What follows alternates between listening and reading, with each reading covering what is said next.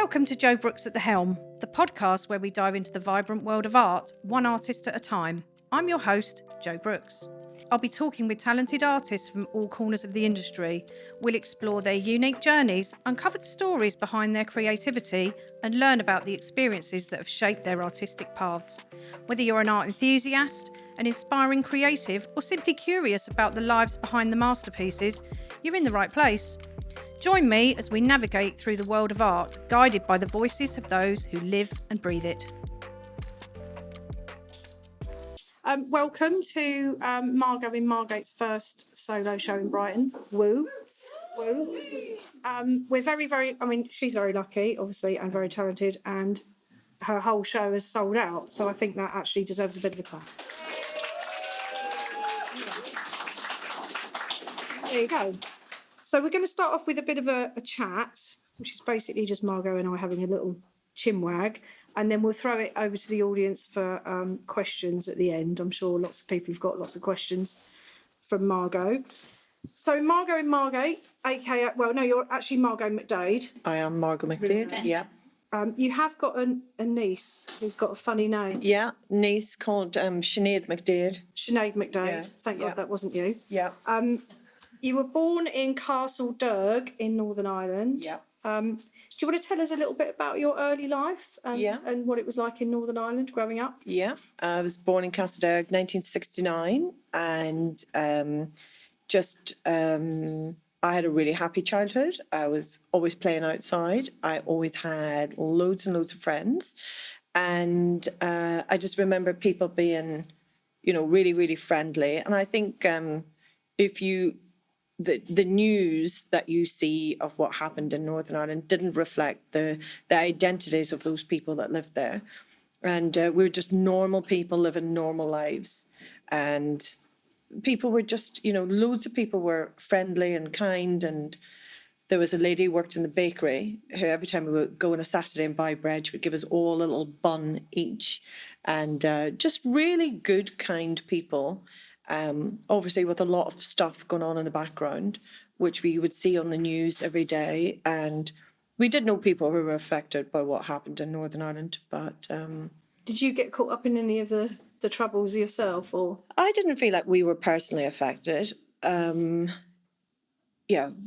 knew people who'd lost dads. We knew people who lost brothers and sisters and stuff to the troubles. But we as a family were not directly impacted. So I don't feel like, I'm not going to say it was hard for us, because by comparison to people who did lose people, that was extremely hard for them. But as a family, we were, we really tight-knit little family. We looked out for each other and looked after each other. But there's a lovely friend of mine's here that when the Good Friday deal happened, we went out for dinner and celebrated. The peace of Northern Ireland is the real story. And when I write peace and love on all my sunglasses and stuff, I think it's worth remembering that Northern Ireland is living now in peace, and that's a massive. And it wasn't really that long ago, was it? I mean, no. People think it was a long, long time ago, but for you, it wasn't. No. Okay. And how did so obviously you grew up in Northern Ireland, and then you had quite a happy childhood, you think? Yeah, I do. Yeah. And then when you were a teenager, you took a bit of a drastic decision, didn't you, Margo? Yeah. It's worth talking to my mother about my decision to go to New York, age 19. I had a friend called Nicola, and she said she had family in New York. Her brothers were working in New York, and so we decided to go for the summer to New York. It was slightly extended. Did you go on your own at this point? The two of us, Nicola McCann and myself, went off in an airplane to New York. I'd never even been on an airplane. Did your mum and dad try and talk you out of it? They said, definitely you are not going, categorically, no way. And then I might have said, I'm 18, you can't stop me. And so off we went to New York for the summer, and it was quite a long time before I came back, really. And what did you do when you got to New York? I like to say I worked as a waitress in a cocktail bar. I was working as a waitress in a cocktail bar. I worked in I was just waitressing, and that, I didn't realise how exciting a waitressing job could be, but a waitressing in New York was, and it was... from Castle Derg to New York City? Yeah, and it was 1988, so it was New York, Blondie was at the height. absolutely. Yeah. It was a really amazing time to be in New York, and things were gritty and lively. It hadn't been cleaned up, and when I talk to people now about going to New York, it was really cheap, and it was really fun, and going to New York as an Irish person was a rite of passage. It's just a normal thing to do. It wasn't out of the ordinary. Everybody in Ireland, like especially Northern Ireland and the Republic of Ireland, people just immigrated. We just left, in our hundreds of thousands, people left. And you worked in Hell's Kitchen, didn't you? Worked in an amazing Italian little restaurant. It was called the Jukebox Cafe, and it was run by an Italian family, Stevie Lepori. He sounds quite shifty. He was not. No. They were really amazing straight-laced people. There was, the people who probably used the restaurant. It was a really, really amazing Italian family who could really cook, and the food was exceptional. And I think people travelled from all different parts of New York just to come and have their veal saltimbocca or their chicken parmigiano or whatever. It was amazing food, and I'll never forget the smells of garlic, and really, really, really exciting. And that Hell's Kitchen was on 45th on 10th, and it was lively. At night it was particularly lively. There was quite a lot of ladies walking around fur coats, maybe not much else. Quite taxi driver. Lots of taxi drivers. Didn't something funny happen to you with some kind of protection money, or did I make that up in my head? There was, I did have the job of handing a folded up newspaper out the side door to somebody who would be waiting for me to give them a folded up newspaper. And I did see what went into the folded up newspaper, and it was an envelope full of cash. And that was a regular occurrence. And I think that was normal. Well, I think the protection racket was rife, wasn't it? I did find out that the restaurant I worked at did burn to the ground at one point, a few years after I left, obviously. Maybe a few newspapers didn't make it through the side door. But... And did you have any art inspiration when you were in New York? Did you have anything that happened to you thought, oh... Yeah, when I was working there... that was quite a leading question, by the way. Yeah. I didn't tell you that June Brown came in once. Dot Cotton. And she came in with Ali. I can't remember Ali's other name. That was his stage name of being in EastEnders. He did, yeah. They came in and they sat down, and then I said, so, Dot Cotton and Ali, what would you like to order? And they were like, oh, how do you know who we are? And I'm like, I'm from Northern Ireland. I've been watching EastEnders before I came. But there was a really amazing guy who used to come in all the time, and he was coming in for about 6 months before we got a new bartender. And I always knew he was, an interesting person because he dressed almost like a clown. Like he would have a red shirt, green trousers, yellow jacket, just... Very 80s. Very 80s, very colourful, and really, really lovely, lovely person.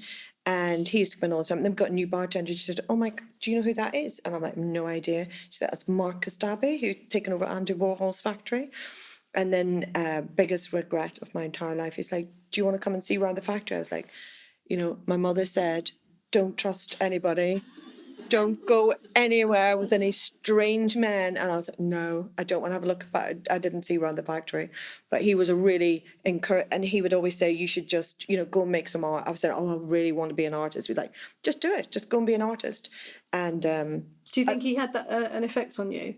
I think he normalised the fact that, that artists are really normal people and they're real people. And he was so friendly and so nice. He wasn't, he was just coming in to eat and relax and have and chatty. And yeah, it normalised being an artist, because I think up until then, I was thinking artists were these really remote, elusive people who were constantly in turmoil about their art, and like it was really difficult. But he was a really fun, lovely, normal person. And did you keep in touch with him, or was that... I didn't keep in touch with him. No, I mean, I was a 19-year-old girl, and I think I was quite, not scared, but I think you're quite sort of like unsure about it. It wasn't like a confident relationship of equality. It was like, he's amazing, and I'm just like, I was just a waitress, but quite good. I was a really good waitress. Loved waitressing. So you left New York. Yeah. How long did you stay in New York for? I stayed in total over just under 4 years. And the other thing that happened was I worked for the flooring company, the floor store. And one of their jobs that they got, I didn't actually work for them, but my boyfriend did. And one of the jobs that we did was we worked on the Keith Haring house. That was, it was a fundraiser. So I dyed the floors there. Was that after he died? After he died, and they were raising money, and lots of really like big stars were involved in that one. And I was staining one of the wooden floors bright blood red. And then I was just chatting to loads of artists and people who were working on that. And I said, what did you do? And they said, oh, we went to art college in London. I thought, yeah, sounds like a great idea. I think I'll go to art college in London. So then I left New York. I tried to live in Northern Ireland and back in Belfast, and didn't work out. And why do you think that was? It was really cold and wet. I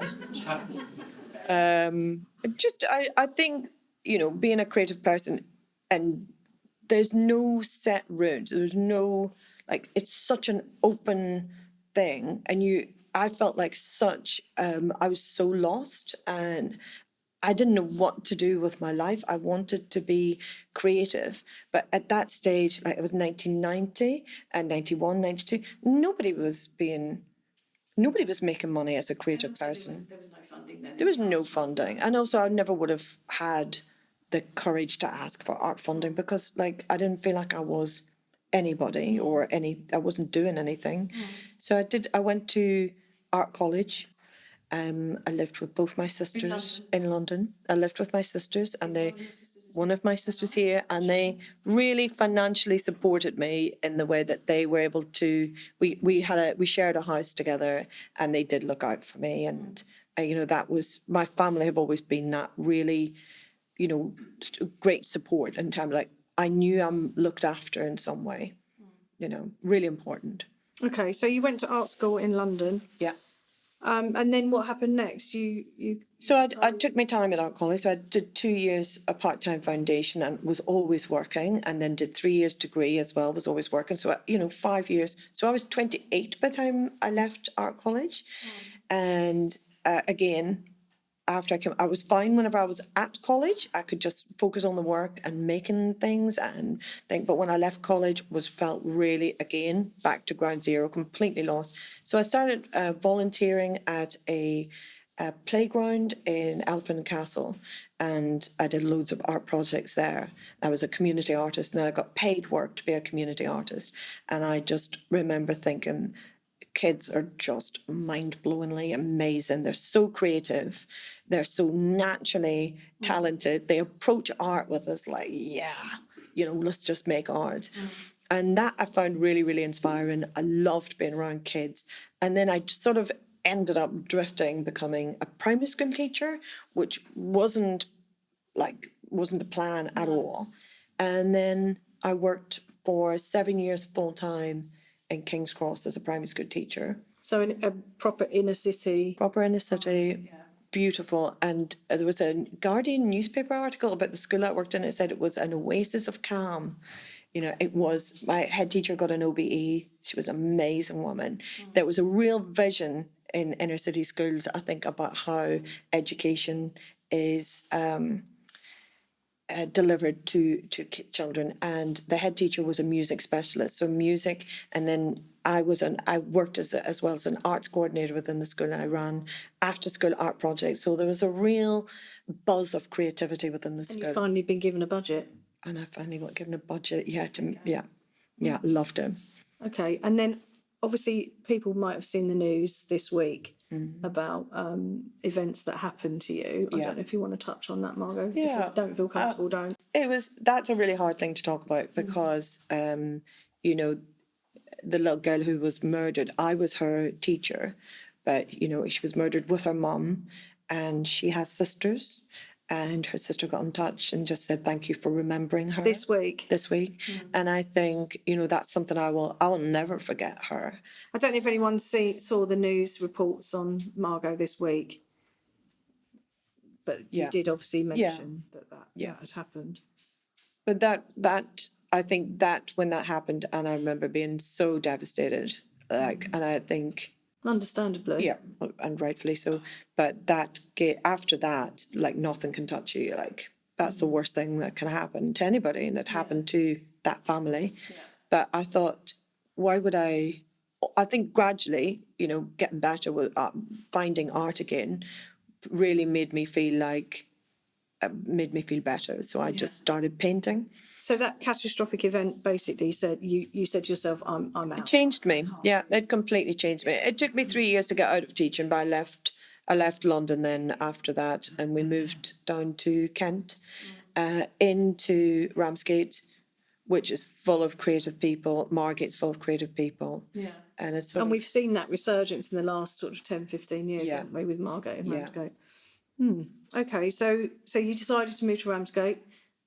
Obviously had a family, married, had a family. Yeah, 2 boys, yeah. Two lovely boys. And then you decided that you were going to paint a picture every day for for the next 10 years. Yeah. What triggered that, I think, apart from what had happened? yeah. I mean, I think what happened really bolstered me into not caring's not the right word, but it made me a stronger person. It made me realize that if anybody's going to come in, I think the biggest fear that when you're starting out as an artist is somebody's going to go, that's rubbish. That's really bad.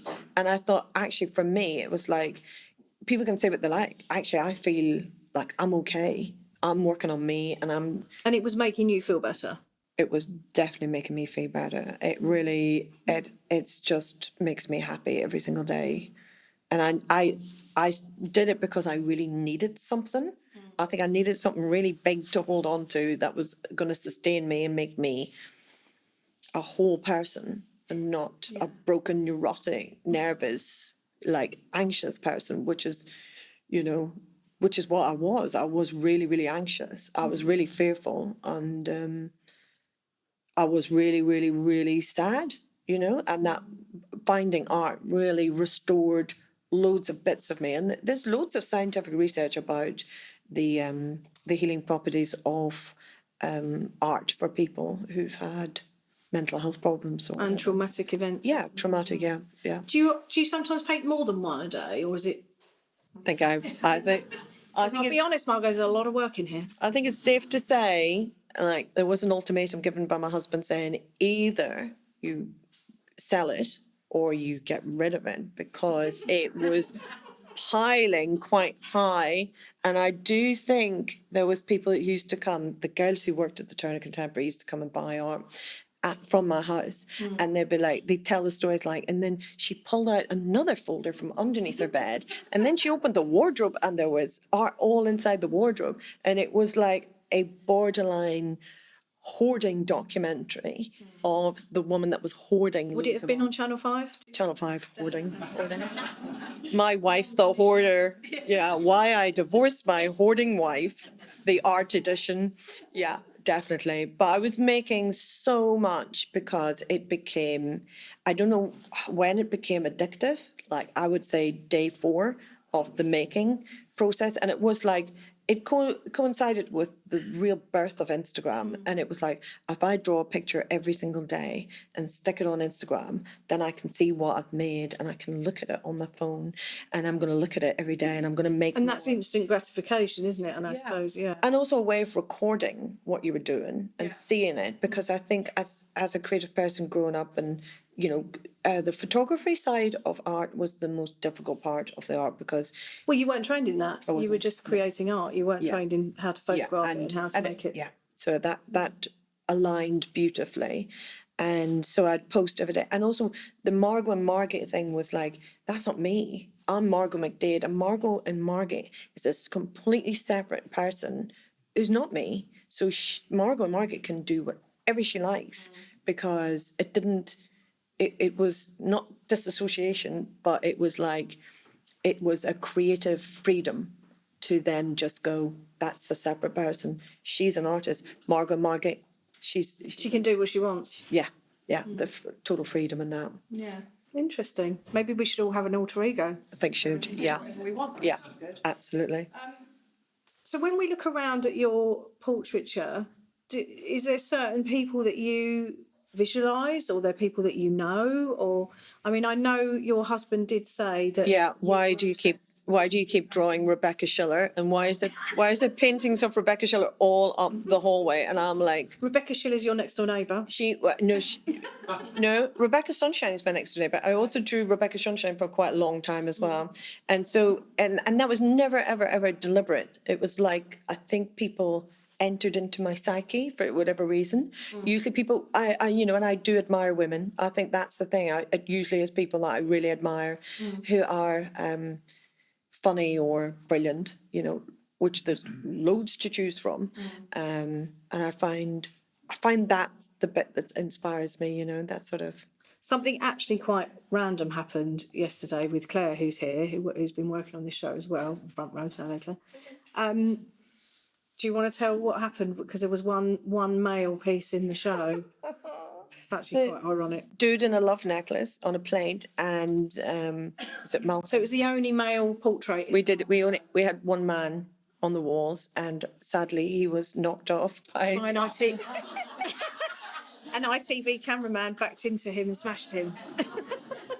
and he was feeling quite bad. But actually, I think So now there's zero. So now we've got rid of all of the men that were on the walls. There's Quite funny things happen in your shows as well. Tell everybody about what happened in London in the show you did in the summer. I was chatting to a lovely man, and he was showing me a photograph of his very recently deceased mother, and actually lovely Jake, and we've been in touch loads and loads of time, and he wanted to buy a paint, and he was coming to the show, and so we were discussing the painting that he was considering buying.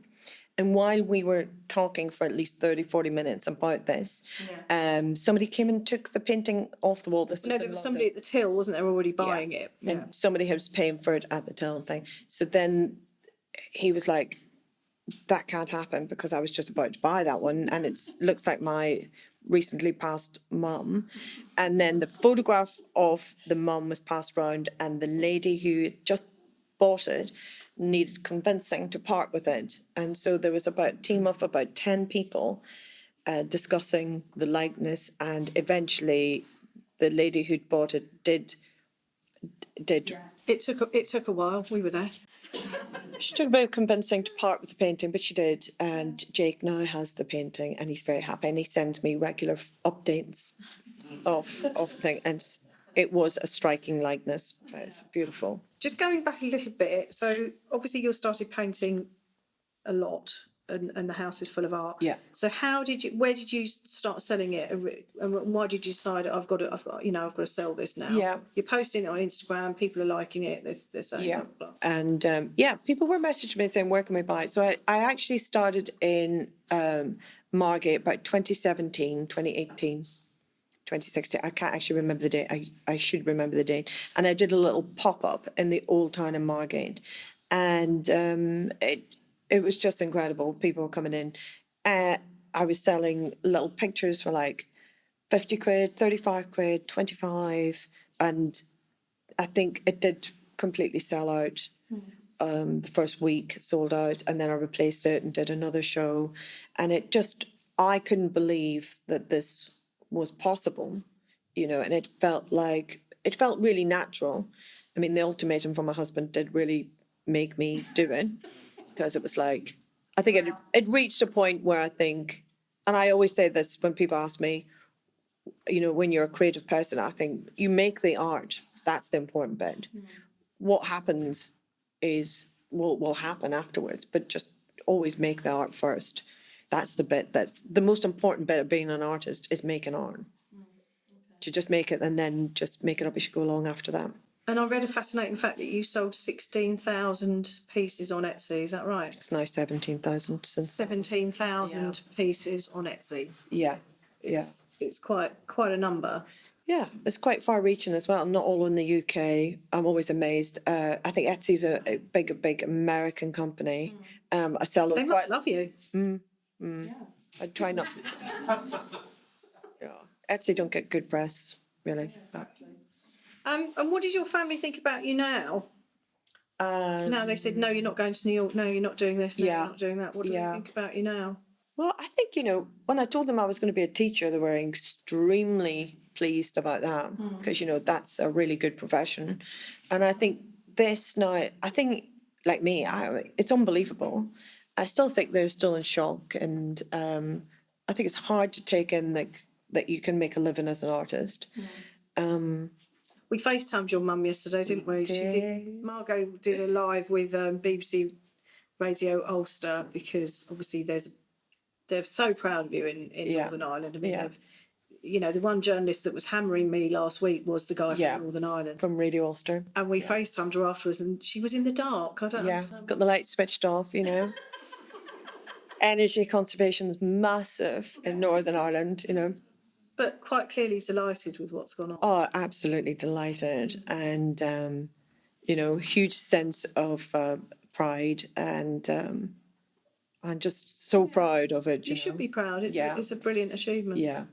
But, you know, really humble people. You know, for humble people, it's really hard to be proud because that's not what they do. My family, my mum particularly, is one of the most humble, most brilliant people you ever meet, but a humble little Irish woman and a great woman.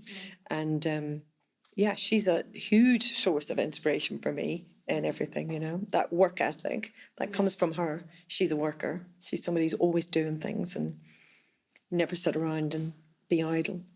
And what do you think is next for you? What would you really like? What's your sort of aspirations for the future? You know, I'm open to anything, Joe, as you know, but going back to New York to do a show in New York would be it. Margo in Manhattan. Margo in Manhattan. Yeah.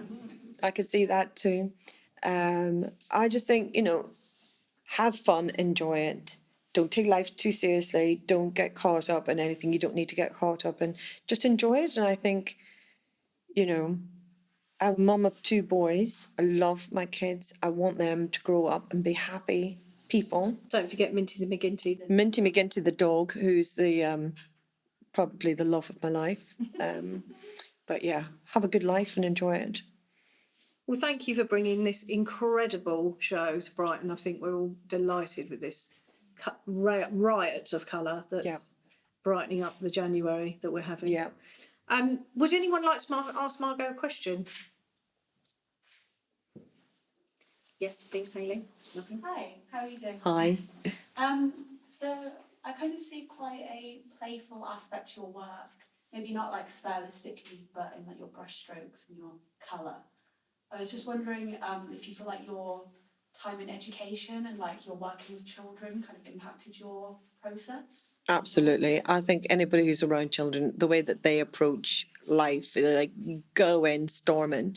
And I taught particularly, I taught a lot 5 and 6 year olds, and they come into school not being able to hold a pencil. And so they start off writing in big, you know, and then within 3 years they're writing like that. So I do think there should be improvement in how I paint as well. But I do try and approach all my paintings with that sort of energy of a sort of, you know, a really enthusiastic 5-year-old is my approach to painting. And also that freedom, you know, when 5 and 6 year olds are painting, they're not doing it for any other reason than the fact that they're just playing. So I do think play has been at the core of what I try and do. Is when I don't call it work, it's not work. When I make art, I am in full play mode, and I try not to overthink it and overcomplicate things. So yeah, they definitely, kids really inspire me. Go ahead. Hi, Margo. Hi, Lee.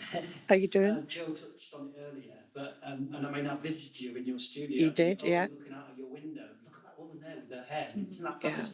Do you ever walk down the street and see somebody and go back to your studio and paint them? Absolutely. Yeah, shout you lot. When I first moved to Ramsgate, there was a little old lady who must have been 87, at the very youngest that she could have been. And she had a considerable amount of facial hair. She wore a pink coat and she had a gold bag.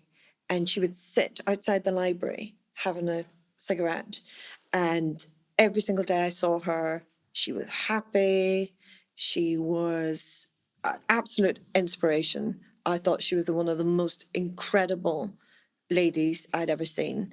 And I think, you know, sometimes people are invisible And I think the role of an artist is to find those people that look invisible. And I did do a painting of her, and a man who was moving to Liverpool from Ramsgate bought it. And I said, it was really sad because I wanted Lady in a Pink Coat, she was called, Lady in a Pink Coat, to stay in Ramsgate. And they didn't move to Liverpool until Lady in a Pink Coat's still in Ramsgate. That was really nice. But I do think I love that sort of, and there's lots of people. There was a lady in a red coat with a red hat in Ramsgate who I painted as well. And I just think, I love those inspiring people, that just sort of older people who are maybe invisible to lots of things, but they inspire me. Anyone got any more questions? Yep. Hi, Margo. Hello. Hi, I have a question about music. I'm interested about different creative mediums and how they've gone together. Joe mentioned Blondie in the 80s during your time in New York. I wondered if music is something that you're passionate about. Absolutely, yeah. I listen to lots of music. I don't have any kind of narrow idea of listening to music, but I really, really enjoy music. And there's loads of things, but I did actually not meet Debbie Harry, but I was in New York once at an after show party that the Farm were playing at the after show party, and there was a blonde lady in white stilettos, quite drunk, falling all over the place. It's Debbie Harry. Oh, not too telling. She looked amazing, but I did sort of the maths, and she probably was my age back then. She was partying hard and she was enjoying herself, and I think she's amazing, beautiful, beautiful, amazing woman. Yeah. Thank you. Go ahead. Hi, Margo. Hi. I was wondering if the features of the women that you paint have got sort of quite distinctive, like a distinctive look, like lovely big eyes and kind of like straight noses, and I know that could be like a stylistic choice as well. But I was just wondering, has that always stayed a constant, or have they kind of evolved over the years? I do try and mix it up. I do think it's really important. Representation is obviously, something I do consider when I'm painting as well, that it's not always just one person. But I think I lean towards me in terms of I think one of my friends who I went to school with phoned me up and said, "Are you just drawing yourself over and over and over again?" I think I am, yeah. So I try not to do that wholly. But I do try and incorporate different looks of people as well. Yeah. Yeah, I think it's important as well. Anyone else got any questions? John?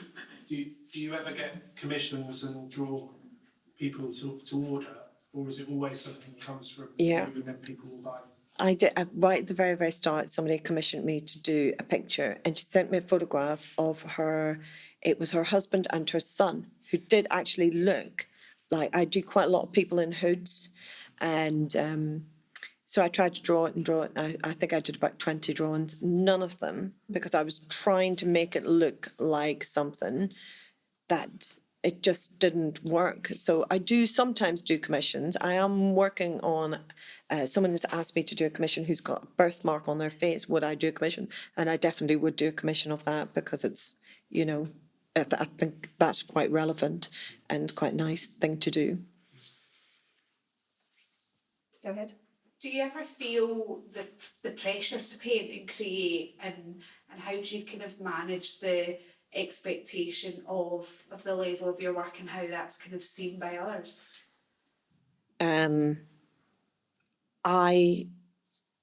It's the wrong thing to say I don't care, but I actually feel I paint for me, and I paint to make myself happy.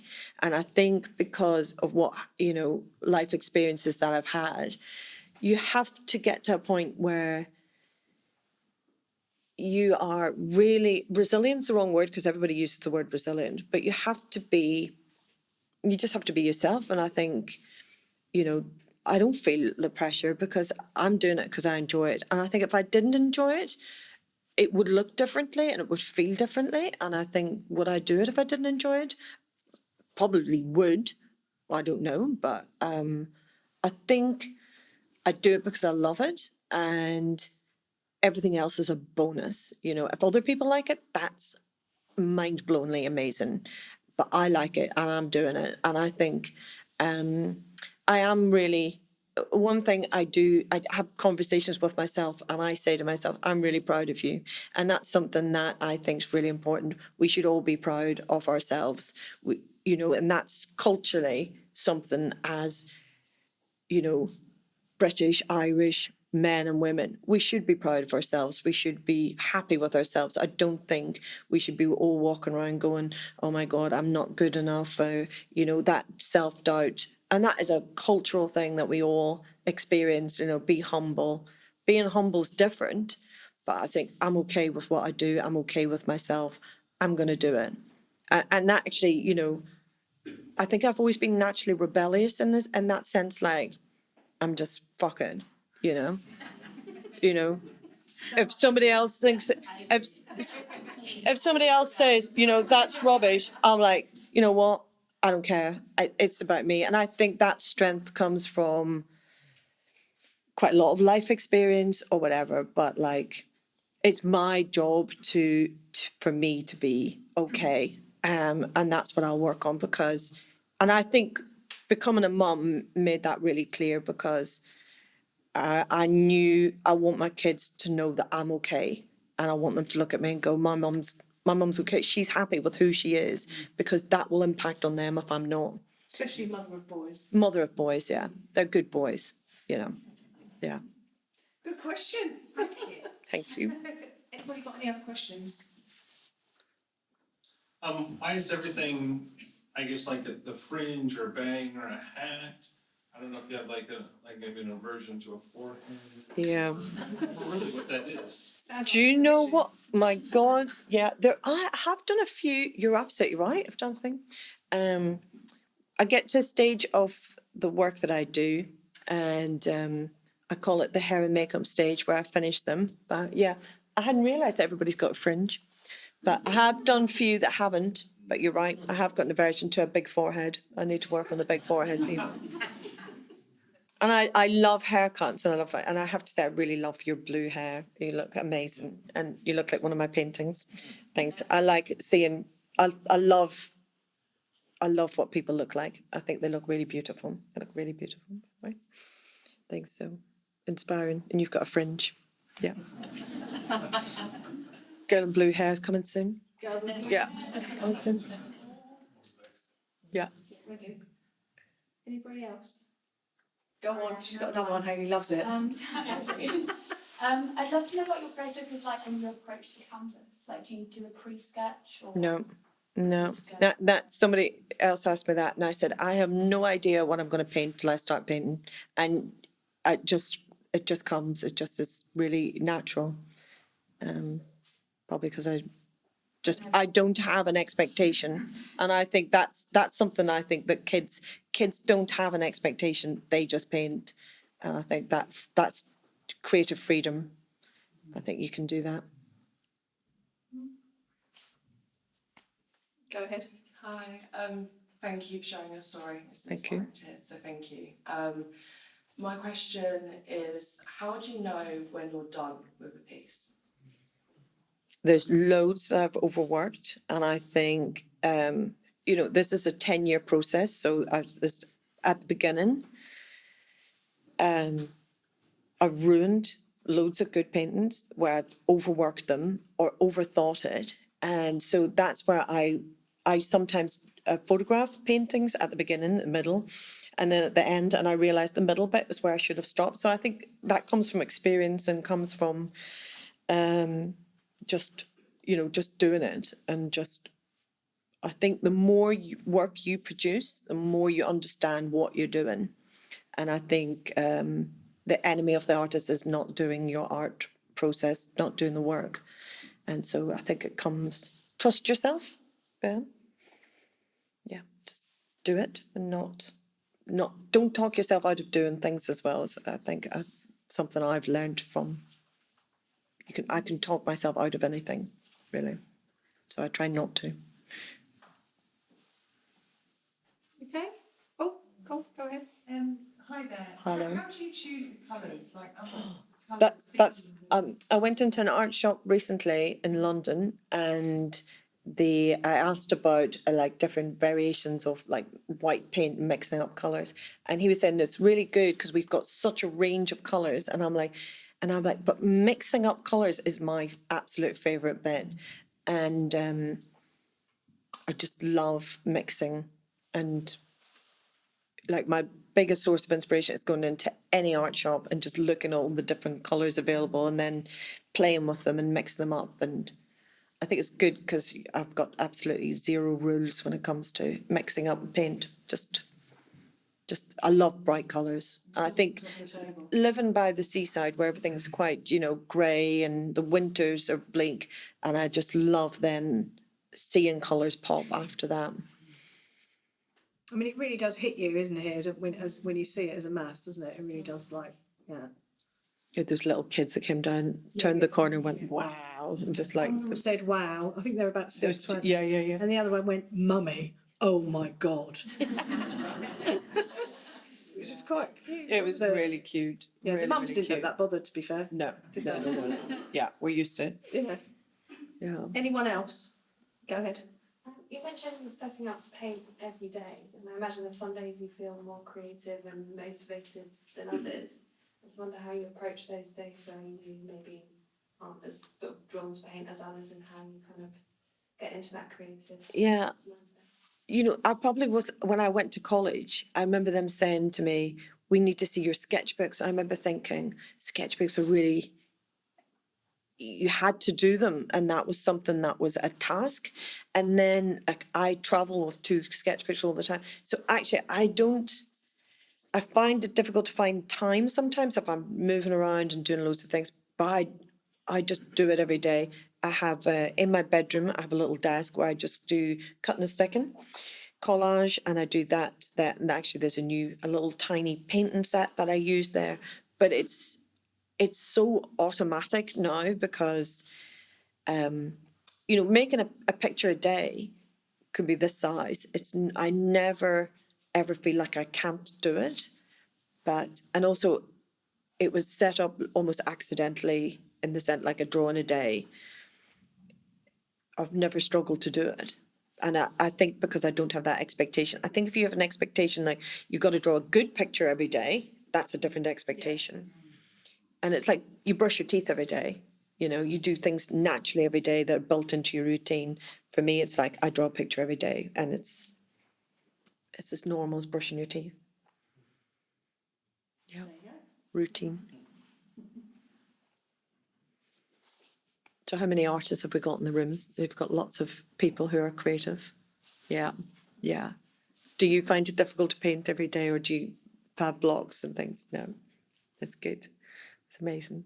I'll make it difficult for us sometimes. Yeah, that's true. I think, yeah, it's hard.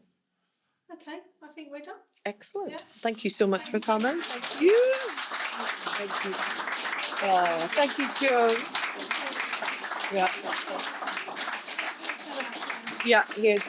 Cheers to you, Sarah. Thank you so much. Thank you, everybody, for coming.